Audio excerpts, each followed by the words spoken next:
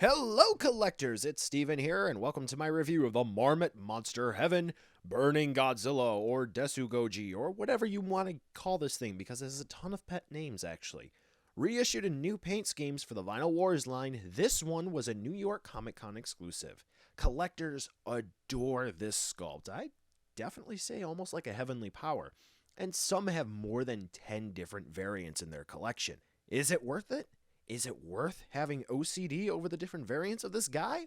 Well, you know the drill. Let's take a look to see whether or not it's worth adding into your collection. All green, all blue, traditional Godzilla colors, translucent. If you can think of it, this guy has been released in all sorts of paint variants, and there's probably one that best suits you. The purple on this one stood out to me, and it was cheap enough, so I thought, hey, why not? I'd pick this one up. Cast in purple vinyl with burning patches in red and gold, the figure looks very nice. So let's take a closer look. The figure's head looks rather intimidating. It honestly looks devilish with that nice snarl and those eyes. Very soul-piercing. The chest features that burning effect and it's applied really well. If you look on the arms, it's applied well there too. Nice. The chunky thighs have it too and it looks really cool. And as we move down to the feet, unfortunately here are less than stellar nails, but it's alright considering it's towards the bottom of the figure and you're probably never really going to look at it. The dorsal plates.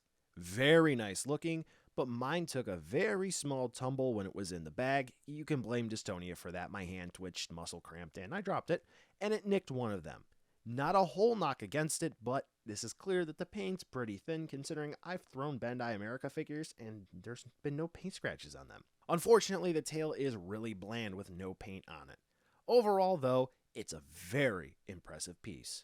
Articulation is super standard for a vinyl with a bit of a neck swivel, shoulder swivels, and hip swivels, but be careful moving them around because you don't want it to grind up against the sculpt and cause any damage. Little teeny bit of tail movement, but really there's nothing there. And your size comparison. Very nice, very bulky, and very cool. So buy now, skip, or wait for a deal. This guy is a nice display piece, and depending on the color scheme like this one, it can be a true eye catcher. However, while the two Vinyl Wars reissues can be had for cheap, other variants which are exclusive to Japan, yeah, too pricey for what you get. I mean, really expensive. I think so anyway.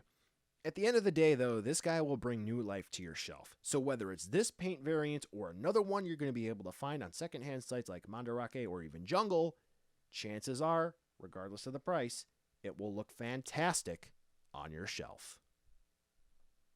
Well, that's it for this video. Thanks for watching and be sure to like, subscribe, and drop a comment down below to share your thoughts. If you're interested in picking this figure up or others like it, check the description for some cool links to take you where you need to go. Why don't you watch some more videos? Click the annotations on the screen now for more great content. Thanks again, and I'll catch ya in the next video.